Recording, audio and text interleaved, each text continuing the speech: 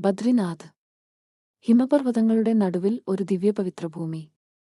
ശിവനും പാർവതിയും ഒരിക്കൽ ഇവിടെ വസിച്ചിരുന്നു എന്ന് ഐതിഹ്യം പറയുന്നു. ഒരു ദിവസം വീടിനു മുമ്പിൽ കരയുന്ന ഒരു കുഞ്ഞിനെ അവർ കണ്ടു.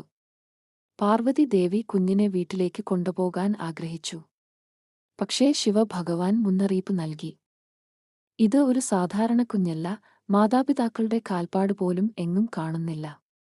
എങ്കിലും മാതൃസ്നേഹം ജയിച്ചു. പാർവതി ദേവി കുഞ്ഞിനെ വീട്ടിൽ കൊണ്ടുവന്നു സ്നേഹത്തോടെ പരിപാലിച്ചു.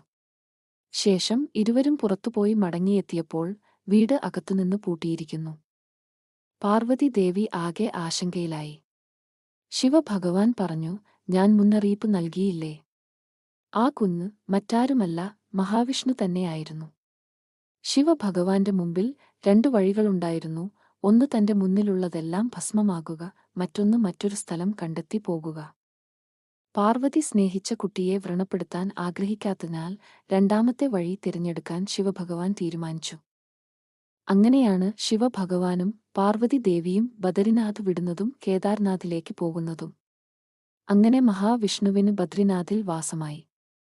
കാലങ്ങൾക്കപ്പുറം ആദി ശങ്കരാചാര്യർ ബദരിനാഥിൽ ക്ഷേത്രം സ്ഥാപിച്ചു. അതിനെ ഒരു തീർത്ഥാടന ക്ഷേത്രമാക്കി. ഇതാണ് ബദ്രിനാഥിന്റെ ദിവ്യകഥ.